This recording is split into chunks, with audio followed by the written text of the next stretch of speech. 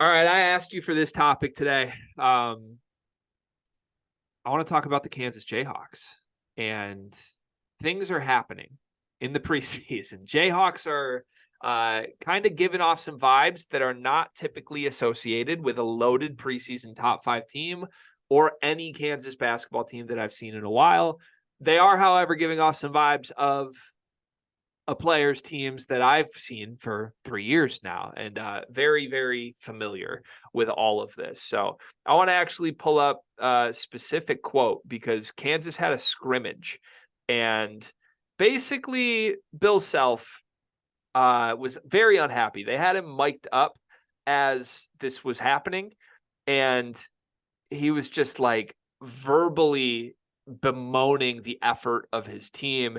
He was asking his assistant coaches to like take timeouts and just call guys out. He hit the podium after and had a quote that like he already had former players from Kansas texting him about like, man, I wouldn't want to be on that team this weekend. Practice is going to be horrible. I think he said I'm going to kill him at practice.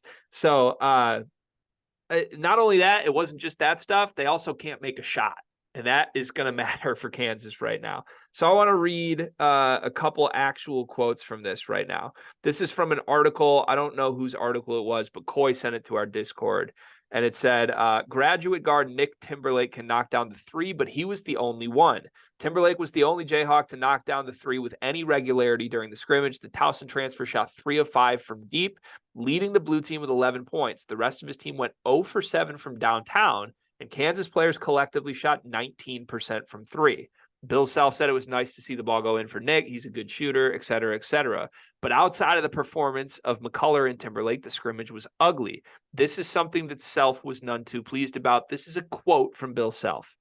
I've already had ex-players FaceTime me and say, are you kidding me? Christian Brown said, I wish I could be at practice on Sunday because you're going to kill them, aren't you? And the answer is yes. Just from a competitive standpoint, there wasn't anything out there. Nothing competitive and not making a shot. Two staples of every team that Hunter Dickinson has ever been on. Your thoughts, Carter Elliott? I would say I'm surprised, but I'm not. But we knew this was going to be an issue with this team. And for those who haven't seen the clips of this game, it was actually embarrassing for real. It truly was. I know like it was eating at Bill Self, and some might hear those quotes and think like Bill Self's overreacting because like obviously you're not expecting like game like situations because it's like a scrimmage, the fans get to come. You do want to have some fun things involved in this, but it was like honestly truly ugly, embarrassing level of basketball for like a competitive standpoint and just execution. There was a clip of Hunter Dickinson like doing a piggyback ride mid play on KJ Adams, and you can hear Bill Self like, okay, like what is going on out here? And it's actually not to overreact. This like these are real concerns about like this team. You know, obviously the Arterio Morris situation, he won't be on the team this season, and that leaves this Kansas team sub one shooter and sub one guy for depth. Like they have 10 scholarship players, I believe, on this team. So if guys aren't consistent, if someone gets hurt, God forbid, like this team might be in a very dangerous spot and faced with adversity. And some of the players and hashtag maybe leaders of this team have been known not to react too well to adversity on the court. So it's a fair concern. I mean, the box score was shocking. The clips of the game were shocking in itself. It's definitely something I think Kansas fans and Kansas people like should worry about. It's giving me a sense of self-doubt as someone who has Kansas as the number one team. Now I'm not going to like bump them down and be like, oh, this team isn't what I thought they were. But now I'm keeping it as a thought in the back of my head, like, this team has some issues, and you could see where the wheels could fall off this team, but you could also see where they could be great. Yeah, so what I don't think we should do is overreact and make sweeping judgments off of basically a Midnight Madness scrimmage, right? Like, but at the same time, it was bad. It was bad. It was bad. But again, I don't think Kansas's success as a basketball team has no correlation to how serious they took an intra-squad scrimmage a month before the season starts. What you need to know, though, like if any Kansas fan is watching this, this is what you need to know. This is the Hunter you're going to get. Like, Hunter, for lack of a better word, is a goofball. He is obviously a massive personality. He likes playing the villain. He likes the spotlight. He just likes to mess around, or as Bill Self would say, jack around. Like, any locker room he's ever been in, the tone that Hunter sets is an unserious tone.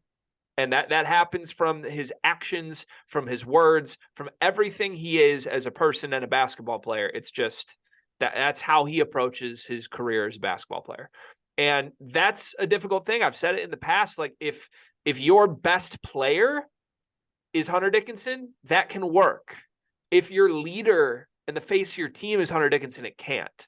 And I think the more concerning elements of this, you hit on a little bit, it's depth and shooting. Like, I think you can kind of get over the questions with Hunter if you actually put him on a roster that has shooters everywhere and has guys you can sub him out for. The reason it didn't work at Michigan was because they needed him to be an every night 35-minute a game guy with guys who can't make open shots around him. And it's never, ever going to work. Ever going to work. It's just not. And the premise of him going to Kansas was that it was going to open up different opportunities. Bill Self will go get shooters from the portal. Bill Self will have a loaded front court of guys that they can put in when Hunter's messing around. They don't have that. Like, the way this roster now is, if you take Hunter Dickinson out of the game, it's going to have to be KJ Adams at the 5, which can work. That's a good backup center. But then you're thin at the 4, you're thin everywhere else because of the guys that they lost, the guys that transferred out, Arterial Morris's legal issues. And that's really scary because these are the characteristics, the very specific characteristics that crushed Michigan last year. And let's be clear about it too, Cart. Michigan was not short on talent last year. Okay? They were short on depth and they were short on shooting. They were not short on talent. And a Hunter Dickinson-led team could not get over the hump.